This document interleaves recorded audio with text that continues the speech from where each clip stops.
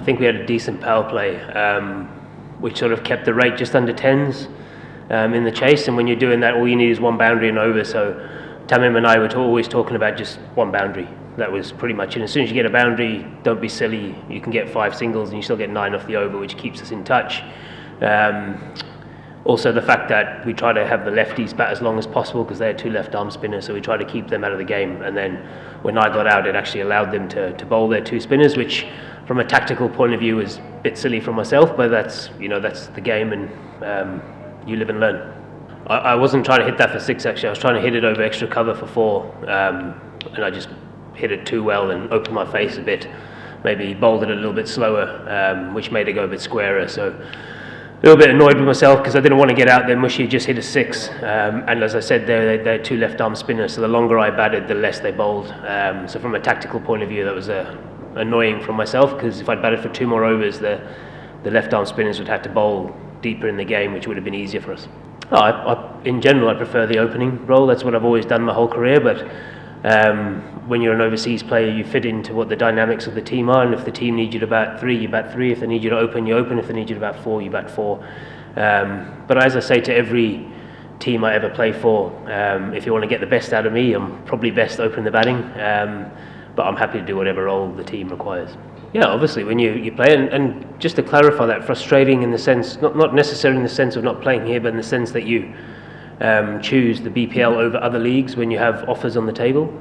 When you say no to other leagues, you want to come and play in a league. So it's nothing to do with our team in general. It's just from that point of view. But yeah, look, I think if you come here and you're in the right headspace and you want to perform, and you apply yourself here, you've got ample opportunity to train, and you've got some good facilities to train, and a lot of guys helping you out. So if you can get in the right mindset and headspace, it allows you to when you do get your opportunity to perform.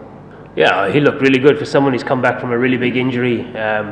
It's encouraging for him and for Bangladesh cricket to see him running in and bowling good pace and having good control over what he wants to do. A little bit what saying to that, it's quite hard if you don't start the tournament and then you have to come in a big game and on a good wicket. And I thought, especially that last over, he applied himself really well.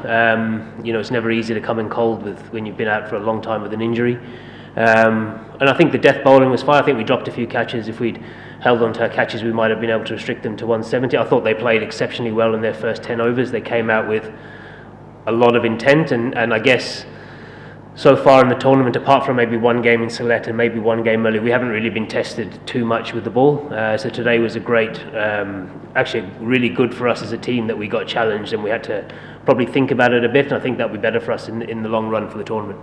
Look, I think it's a tough one. I can only comment on the team that I'm with, and the team I'm with are fantastic. I'm not involved in the discussions in other teams. I think in general, no matter what tournament you play in, you want the basics to be done well, and that's all you ask for. It's our job to play cricket, and it's someone else's job to pay us, and that's why ultimately you have these leagues, and hopefully moving forward in the future these incidents don't happen, because they're very controllable. If you've got the money, you pay, and if you haven't got the money, you don't have a team. It's as simple as that. That's how it should be. So but yeah, look, as I said, I'm not involved in those conversations. I'm part of this team, and this team have been fantastic with us.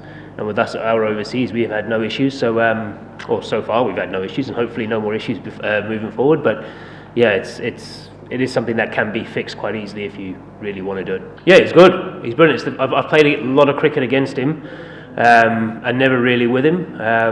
He actually asked me when he walked on the field today, and he's done a few chats. Doesn't really say a lot, and he turned around to me and he said, "Do you like my chats? Do you like what I say?" And I was like, actually, as a captain, we have no meetings, which is great.